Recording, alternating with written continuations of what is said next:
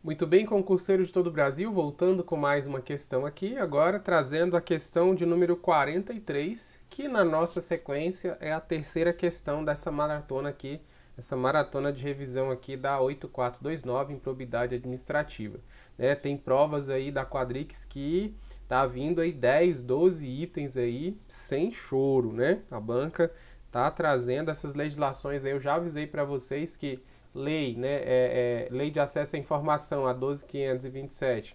A gente tem aí a 9784, processo administrativo federal, e a 8429 tem despencado aí nas provas e pode ser estratégico para você. Como a banca é bem literal, você fazendo um estudo bacana ali nessas legislações, você chega muito bem para ganhar o máximo de pontos possíveis na parte de conhecimentos complementares, que é onde normalmente essas leis aparecem, tá?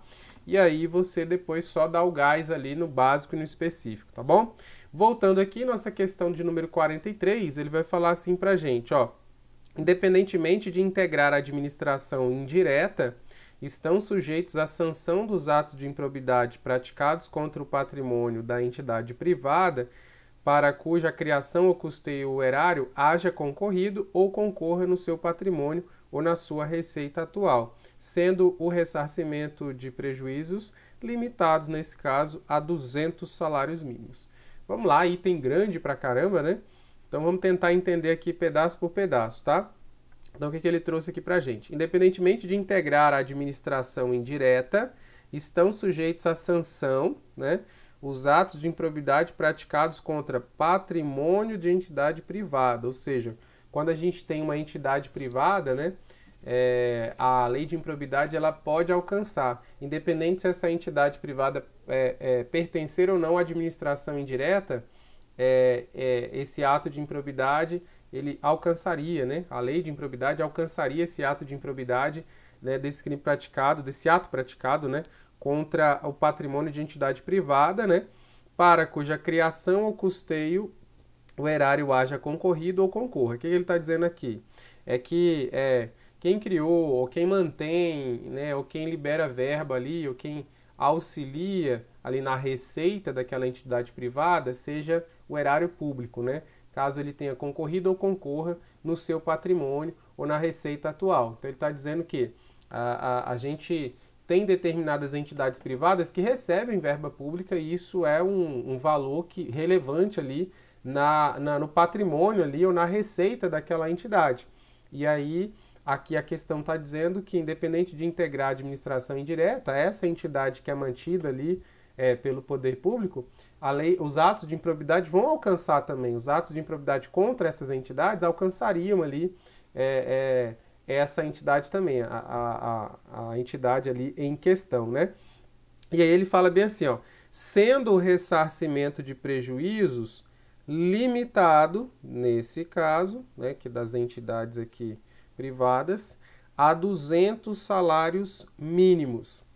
Pessoal, ele está dizendo o seguinte, que quando então for uma entidade privada, né, que recebe ali o erário público ali, que a administração pública ali, a verba pública concorra ali no seu patrimônio, ou seja, entre ali para integrar o patrimônio ou a receita também, né? Quando há um ato de improbidade ali, né, envolvendo essa organização, essa entidade, o ressarcimento dos prejuízos ali que acontecer nessa situação vai ser limitado, nesse caso, a 200 salários mínimos, ou seja, tem um limite aqui de 200 salários mínimos. Então vamos pensar aqui, a gente tem uma creche, né?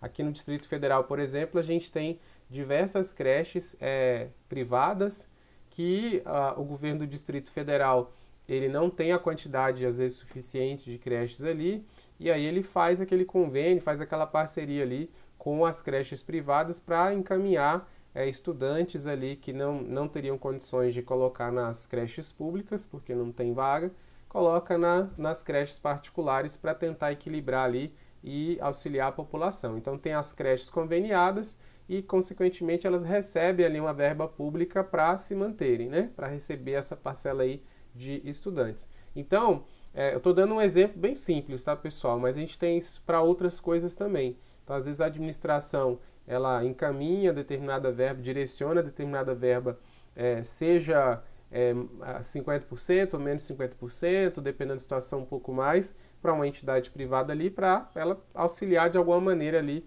a administração. E aí aqui está dizendo, vamos supor que alguém ali cometa um ato de improbidade ali, alguém ali da creche, por exemplo, desvia aquela verba toda, tá? Uma verba ou parte dessa verba que vá para essa creche, né? Isso nós vamos ver que vai configurar ali improbidade. E aí ele está dizendo que o ressarcimento, ou seja, uma das primeiras coisas, quando há essa questão de se apropriar de verba pública, uma das primeiras coisas que vai ter é devolver, fazer o ressarcimento, né? E aí, o que acontece? Ele está dizendo que esse ressarcimento dos prejuízos, né, seja em dinheiro, seja por um bem ali, imóvel, ele está dizendo que seria limitado a 200 salários mínimos, tá? Será que é isso mesmo, pessoal? Será que há essa limitação aqui na nossa lei de improbidade, né? Será que essa limitação seria aqui de 200 salários mínimos? Pensa comigo aí, pensa uma creche de repente que é gigante, né? Que vai atender um monte de estudantes aí que a rede pública não consegue comportar e aí são direcionados ali para as creches, né, privadas ali. Será que e essa creche aí receba, sei lá, 2 milhões, né, ou 50 milhões de reais ali? Será que essa limitação de 200 salários mínimos ali, se alguém vai e desvia essa verba toda ali, será que essa limitação faz sentido? Então vamos lá, vamos ver como é que está escrito isso lá na nossa lei. Eu vou puxar aqui a nossa lei esquematizada justamente para a gente ficar antenado aqui sobre isso, tá? Então vamos lá, o que diz a nossa lei? Ele fala bem assim, ó. Estão sujeitos às sanções dessa lei os atos de improbidade praticados contra o patrimônio da entidade privada que receba subvenção, benefício ou incentivo fiscal ou creditício, tá? De entes públicos ou governamentais. Então, a lei fala quais são os entes que se enquadram na improbidade, né?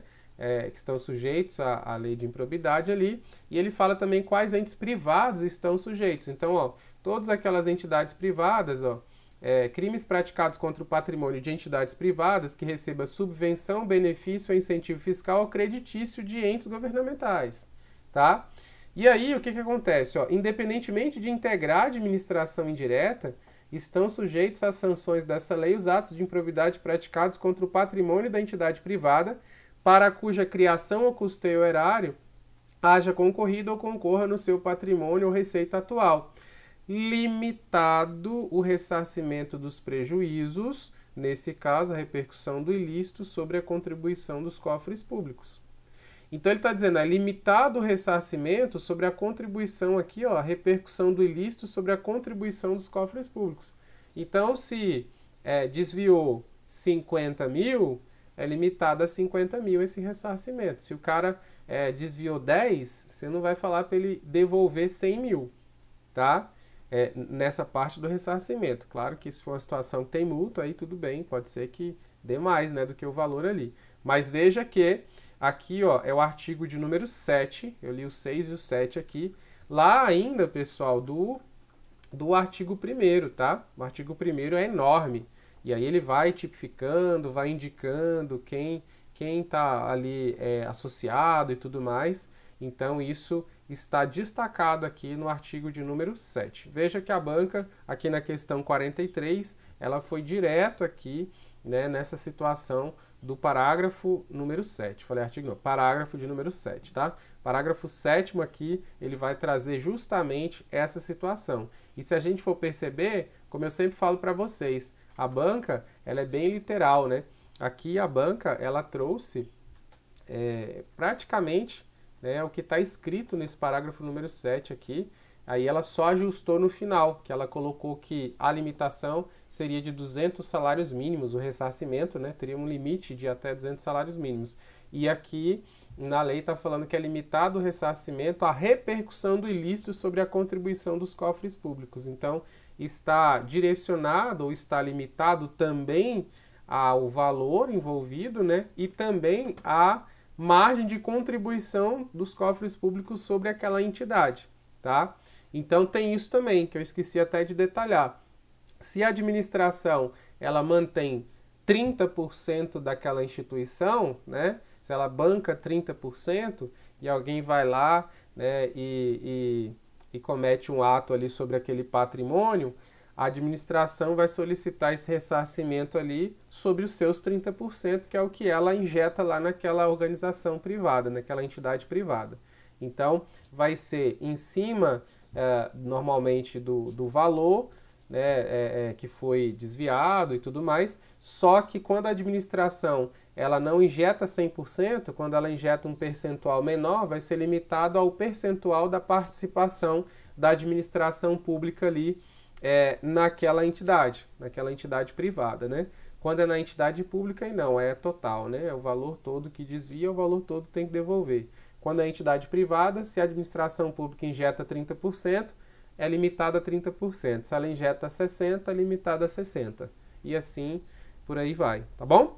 Então aqui, só para a gente arrematar a nossa questão, né? Quando ele traz essa limitação de 200 salários mínimos, ela não está correta, tá? Ela não está correta, e item então fica errado, e a gente finaliza com isso a questão aqui 43 da nossa prova aí, a prova recente da banca, e aí eu quero você treinando aqui comigo para a gente chegar junto, gabaritando as questões de prova, beleza? Tamo junto aí, valeu, valeu, até mais, tchau, tchau.